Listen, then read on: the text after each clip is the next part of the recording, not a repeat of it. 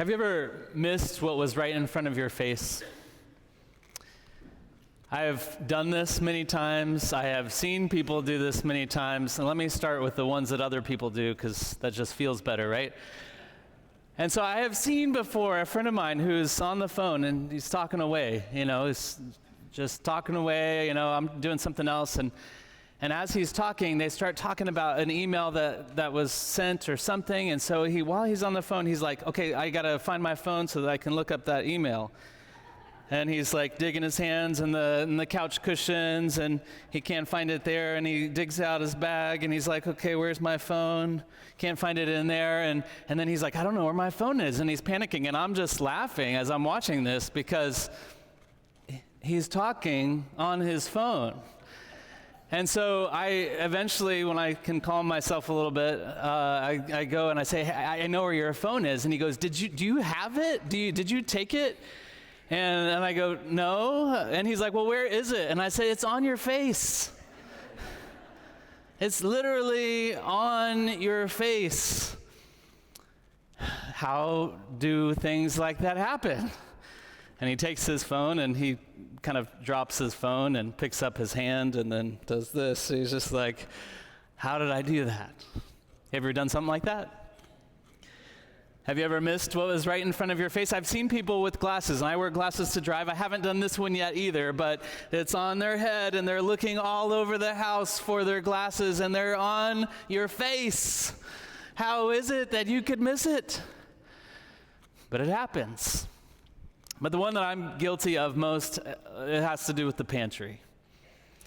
I will go to the pantry, I'll open the door to the pantry, and I'm looking for something. We'll just pick peanut butter. It could be anything, really. It was freezer bags last night, but today, we'll just use peanut butter. And I'm like, where's the peanut butter? I'm looking, and I'll give it like a good minute and a half of looking.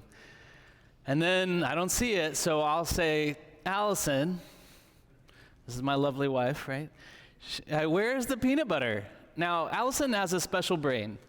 It catalogs everything as she walks throughout the house and her world. She knows that's where the peanut butter is, this is where the spaghetti is, that's where Joel's keys are, why did he leave his wallet there? All of the things. Like, this is just, my brain does none of this. And so she'll say, it's in the top of the pantry, top shelf, middle. And I'll look, top shelf, middle. I can't see it. Now, I've been married almost 20 years now. I figured out a trick is you might have to move something around on the top shelf. I don't know if you figured this out, guys, but just try it. And so I'll move some things around, and I still don't see it. And so then I'll say, I don't see it. And what does she do? She starts walking towards me. These are the most frightening steps you'll ever hear in your life. Because as she's walking, you're about to look dumb. And I kid you not, she'll just reach up, not even looking, because she's just meant, and the peanut butter jar will just appear in her hand out of thin air, and I don't know how it happens, but she's like, here it is. Are you blind? And she doesn't say that because she's nice, right? But I know she's thinking it is, why can this guy not find anything? And so I've tried all kinds of ways to explain it to her. My favorite is my spiritual gift is not seeing things right in front of my face. But I don't think any of those lines work. Why is it that we miss these things? And so we're going to talk about spiritual blindness in a way today, but to set the stage for this, I want to go back to what we've been talking about over the last few weeks. We've been talking about untangling the knot, specifically how Jesus untangled the knot of sin, and death and evil that was wrapped around us. We had a whole visual up here last week, and I thank those guys for doing that. And we see how Jesus frees us. And kind of one of the points we made toward the end was that we are now no longer recipients of the curse of Adam if we are in Christ. We are now downstream of Jesus if we choose to follow Christ. And so this amazing thing happens in that when we choose to follow Jesus, instead of just receiving all of the bad, we also get the things of Jesus. We receive his righteousness. We receive his forgiveness of sins. We receive the ability to live by the Spirit and put to death the misdeeds of our flesh. And so this is this amazing thing that begins to happen. But I know people, and I know Christians that sometimes they believe in Jesus, but it's like they can't see him. They believe in Jesus, but they feel like they're spiritually blind to his presence. Ever experienced this? Have you ever felt this? Okay, you believe in Jesus, you know without a doubt that he raised from the grave, that he is, he is the Messiah, he is the King, he is Lord, and yet there is something within you, we're like, where is he? Why can't I see him? Why can't I feel him? Why don't I see him working as much as I would like to see him working? And there's something that happens within us where we can, even though we have faith, become spiritually blind to what God is doing all around us. And so we want to look at that idea today. And we're going to look in particular in Luke 24. If you want to turn there, we're going to be camped out in this passage all sermon long. So in this passage, we have the story of the road to Emmaus. And Preston, you did a beautiful job setting up this story. We have these two disciples of Jesus who are traveling from Jerusalem to Emmaus. We kind of assume that their hometown is Emmaus. And they're leaving Jerusalem, which is kind of interesting because that's where everything had just happened. Not only had Jesus died and was buried, but they hear reports from the women who went to prepare Jesus' body that the tomb is empty. Now, I don't know about you, but I'm not leaving Jerusalem when I hear that the tomb is empty, but these guys are. And then they hear from Peter and, supposedly John as well, that they went and they saw the tomb was empty and the burial clothes. Now, they didn't see Jesus or angels, but we see okay, there's this good news and they're still leaving Jerusalem to go to Emmaus. Now, why is that? And so we read the passage, Luke 24, verse 13, we'll start. Now that same day, two of them were going to a village called Emmaus, about 7 miles from Jerusalem. They were talking with one another about everything that had happened. As they talked and discussed these things with each other, Jesus himself came up and walked along with them, but they were kept from recognizing him. And so immediately I've got questions. Number one, they're walking along and Jesus kind of just shows up. Now I assume if he's going incognito, he's not wearing all white in a desert like this, but this is how they like to take the pictures. And so he just shows up. And it says that they're kept from recognizing him. Now, of course, my brain's pretty analytical, and I'm like, okay, who kept them from recognizing Jesus? And so there's a few options you can think through. Okay, well, is it evil or is it Satan that's keeping them from that? But there's no Satan or evil that's really in the passage there, so we probably shouldn't assume that. Is it their own just sort of spiritual blindness that keeps them from recognizing Jesus? And I think that's it in part. But their spiritual blindness, I think, is the reason that Jesus isn't ready to reveal himself yet. And so I think it's Jesus himself who keeps them from seeing who he really is. Now, the next question is why? And I think there's something that Jesus needed to show them and teach them before it would be good for them to see that he had risen. And there's a reason for everything that Jesus does, so let's keep digging and figure out why that is. In verse 17, Jesus asked them, "What are you discussing together as you walk along?" Do you like how Jesus kind of plays dumb, like he doesn't know what they're already discussing? And so they stood still. You just sort of imagine this. They're walking along, and then he asks that question, and then they just stop. And their face is downcast. And so they're sad, we can tell. One of them, named Cleopas, asked him, "Are you the only one visiting Jerusalem who does not know the things that have happened there in these days?" In other words, have you been living under a rock? Are you standing in front of the pantry and can't see anything that's going on here? There's this question that Cleopas has. Jesus, again, in verse 19 says, "What things?" he asks. I just love how Jesus does this. He asked about Jesus of Nazareth, they replied. "He was a prophet, powerful in word and deed before God and all the people. The chief priests and our rulers handed him over to be sentenced to death, and they crucified him.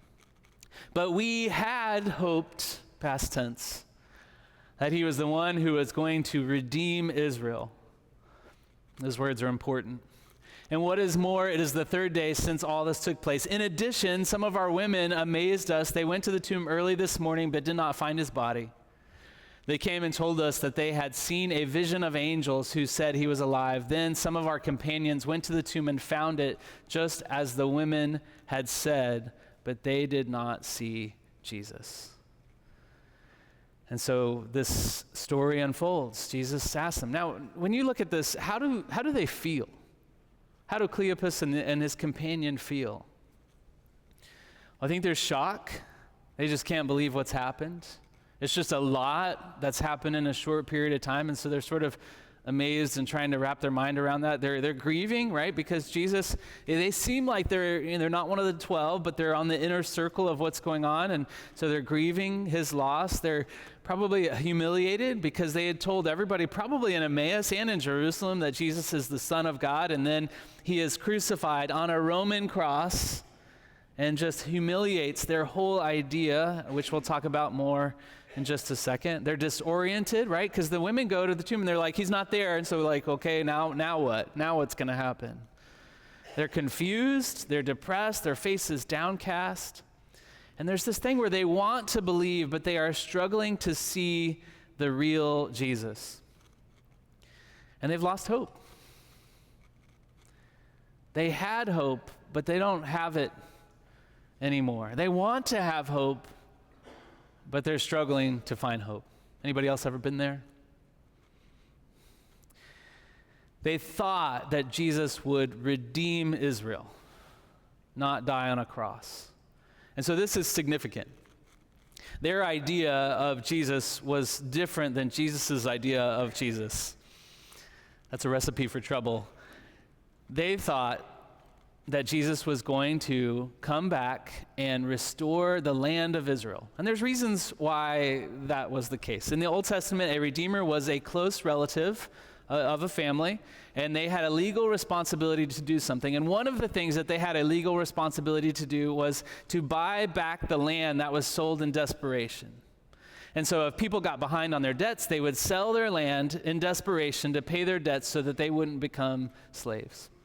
And so this is one of the things that would happen. And so a redeemer, or what's known as in the Old Testament as a kinsman redeemer, would go in and they would pay the money so that the land would stay in the family and redeem the land. Now, in a lot of the Jewish thinking at this time is that the kingdom of Israel had been taken from them by Rome. And so they were looking for a Messiah to come back and buy back the land. In other words, conquer, because you're not just buying it. Conquer the land and redeem it back for Israel. But that's not the only kind of redeemer we see in the Old Testament. See, there's a different kind of redeemer where you can redeem a family member that is sold into slavery. And so if a family member had been sold into slavery, a kinsman redeemer would come along and buy that family member out of slavery. There's another kind that we see in the book of Ruth where a kinsman redeemer would marry a widow to preserve the family line and also to keep that widow from being destitute and possibly dying because she was not able to provide for herself. And so there's a couple of different kinds of redeemer. One is about a land and is political and is about power, and one is about people. Which do you think our Messiah came back for? The people. And so you can understand how Cleopas and his companion get it all wrong, but from their vantage point, Jesus, their Messiah, died on a Roman cross, which there could be nothing worse than the enemy putting death to the Messiah. So they have to walk away in shame and confusion and despair about all that has happened, but yet Jesus has another idea. In the Old Testament, redemption wasn't just about improving your life. It was about rescuing you from a life you were trapped in and could never escape from on your own. Do we see that? You see that? And so this is what Jesus came back for. And so how is Jesus going to deal with those who think that he's there for power and authority and land when he came back to rescue us from a life that we could not escape from ourselves? Well, that's what he has on the road to Emmaus. Why were these two disciples on the Emmaus blind to Jesus? Because they didn't know who he was. They didn't know what he came to do. And Jesus loves them enough to show up to explain it to them and to set straight who he is and what he came to do. And so Cleopas and his companion tried to force fit Jesus into their own ideas. Have we ever done that before? Ooh. In many, many ways. Politically, have we ever done that before? Well, I don't know if you have, but our nation certainly has. We end up conflating Jesus with a particular presidential candidate, and it leads to not Jesus' idea of Jesus. It's wrong. We don't mix those two. Jesus is Jesus, and we worship him alone. Sometimes we have a particular idea of what our life should be, and we think that Jesus should agree with what our life should be, right? And so we imagine our life when we're young, right? And we imagine, okay, I'm gonna have 3.5 kids, and I'm gonna live in a big house, and I'm gonna have lots of money, and I'm gonna drive beautiful cars. And then when one of those things doesn't end up just the way we imagined it, we look to God and we say, why? Why didn't you agree with my picture? As if we can force fit and shoehorn Jesus into our picture for life. Instead, we don't realize who we are. We don't realize that without him, we're not like having this great life. We are broken, and we have an inability to escape from our brokenness without him. That's who we are. And just like us sometimes, Cleopas and his companion don't realize that. They have what I will now call the Cleopas condition, and some of us have it too. It is when we try to force fit Jesus into our story, to fit our narrative, to live up to our expectation, to fix our circumstances, to fill our plans, rather than submitting to the story he is actually telling. We don't get to change Jesus. We don't get to change the Christian story. We submit to it or we don't. That's our choice. But we have to realize what he came to do if we are to see him clearly at all. Because if we try to force fit, we are going to be blind to who he really is, just like Cleopas and his companion. And so many people today, we see this all the time, I'm sure you do too, is that they want their life to have a tweak. How many of you would like to tweak something in your life? I mean, yeah. They want to be 20% more fulfilled, right? How many would take 20% more fulfilled? I mean, you would hope for 30%, but 20%'s good. We want to have 30% more peace and less anxiety. We want to have 40% more success, 100% more justice, according to me. Let me be judge and executioner, right? Where I can tell everybody else they're wrong and I get to decide all of those things. But a redeemer doesn't come back to tweak your life. A redeemer comes back to rescue it completely. And so the problem that we get into is we think we're not in that much trouble without Jesus. We think I got a lot of things going for me. We think I don't need that much help. I just need a few tweaks to my life.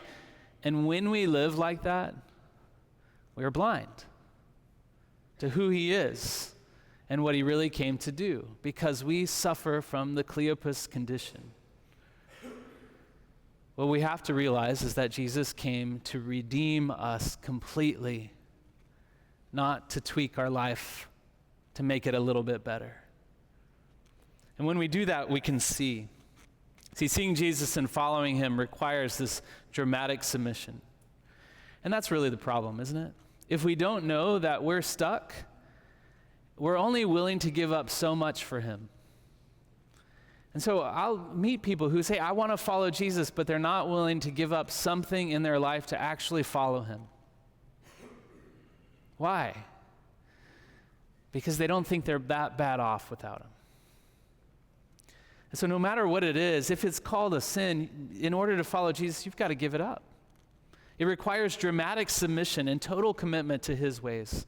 And so as the story continues, Jesus begins walking alongside of them and explaining things that they needed to hear.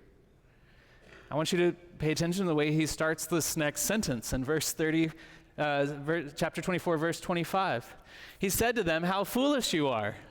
How many of you like to begin your conversations like this?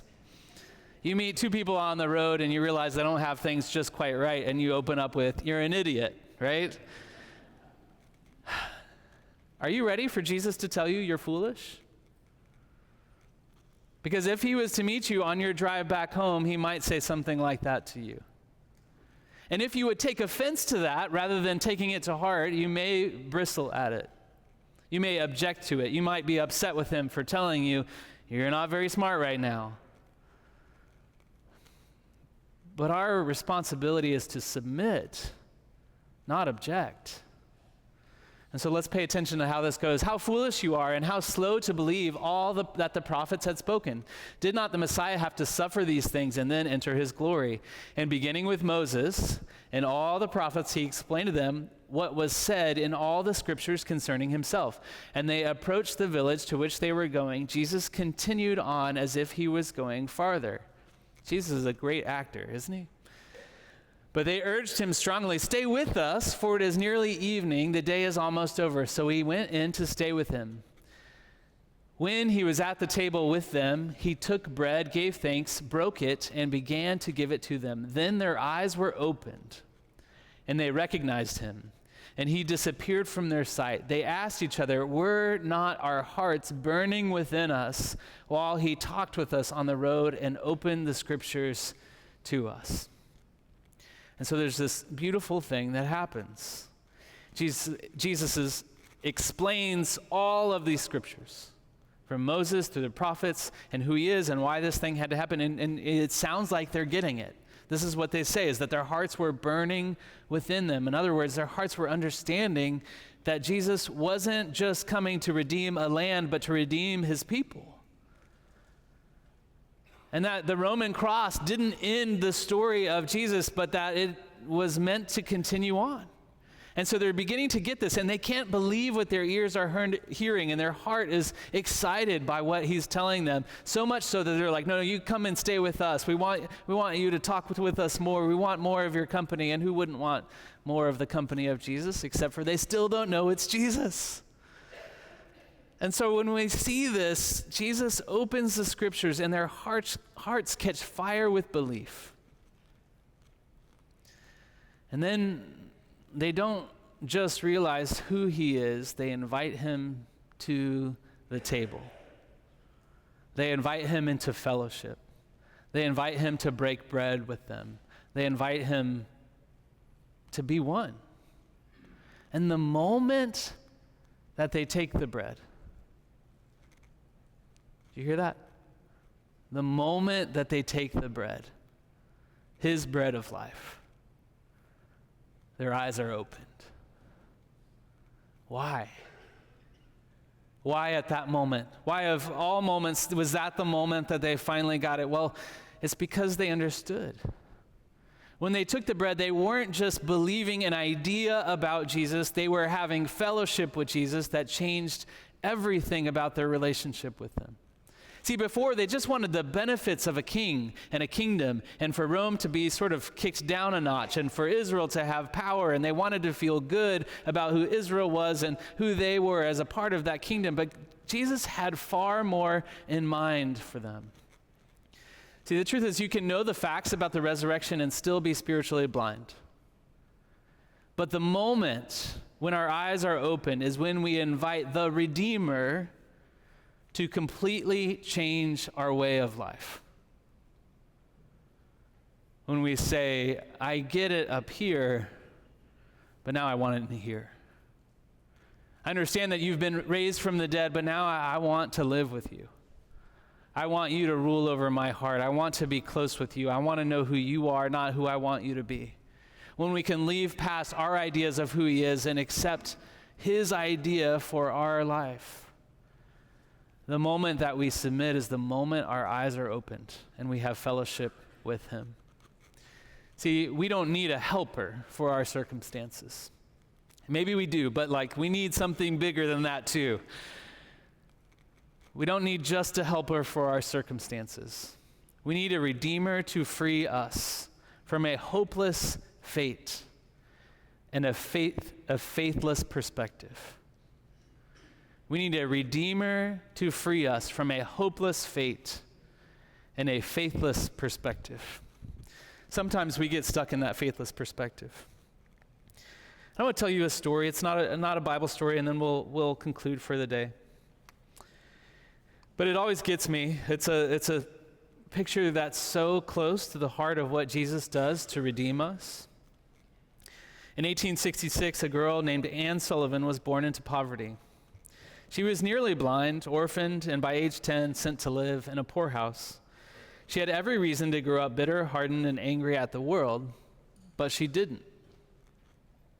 She became a teacher, and one day she was given a challenge that almost everyone believed was hopeless. A 7-year-old girl who was blind, deaf, and completely unable to speak or understand language. Her name was Helen Keller. Helen lived in silence and darkness. She had no words, no concepts, no way to make sense of the world. She couldn't communicate, only scream, hit, throw things, lash out in frustration. Some said she was unteachable. But Anne didn't walk away. She didn't give up. She entered Helen's silence. She waited. She studied her rhythms. She took the hits, the bites, the failures, and patiently, lovingly kept tracing letters into her hand. Over and over for weeks, she signed the same word, water. One day, standing at the pump with the water flowing out of her hands, she signed the word, water. It clicked. Helen finally understood. The thing being signed in her hand meant something. It wasn't just emotion, it was a meaning. It was language, it was life, it was breakthrough. Later, Helen would write these words. That living word awakened my soul, gave light, hope, joy, and set it free. From that moment on, she began to learn, and not just language. She learned ideas. She learned beauty. She learned joy. She would go on to become an author, an advocate, a voice for justice, and a follower of Jesus. But none of it would have happened if Anne Sullivan hadn't walked into her darkness and patiently untied the knot. One letter, one moment, one act of love at a time. And this is what Jesus does for us. He walks into our worlds and he gives us the ability to choose freedom with him, to be free from our sin, to choose the Spirit that gives life and put behind us the flesh that brings death. He gives us the ability to take his righteousness rather than the unrighteousness that we have. He gives us the ability to live in freedom and to spiritually see all that's happening in the world around us. But sometimes we choose blindness. Don't choose blindness. Don't choose to live in sin. Don't choose to believe in a Jesus that just wants to tweak your life. Believe in a Jesus who wants to set you free from the bondage that you cannot escape yourself. Believe in a Jesus who came near, who entered our blindness, our salvation, our spiritual silence, just like Anne entered Helen's. Jesus traces the truth in your hand over and over and over again, but will you wake up? Will you see who he is?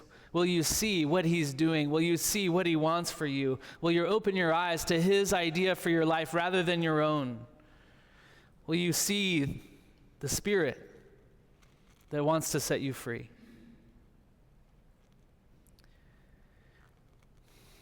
Jesus calls us all to see him, to worship him, to follow him, to change our life for him, so that we don't have to live in darkness anymore. And so the question to you is, will you see him? For some of you, you're like, okay, this is a routine, this is a ritual, I come to church and that's what I do, but it's still intellectual. It's still just an idea that you believe, okay, Jesus is real, he was raised from the dead, I've heard it before, but it's not in your heart yet. Your eyes are still closed to what he's doing. For some of you, you're like, this is all new and I just want to follow Jesus, and they're like, we're ready. We're ready to help you. For some of you, you just realize for the first time that you want to just tweak your life rather than change it completely. And no matter which spot you're in, we want to pray with you.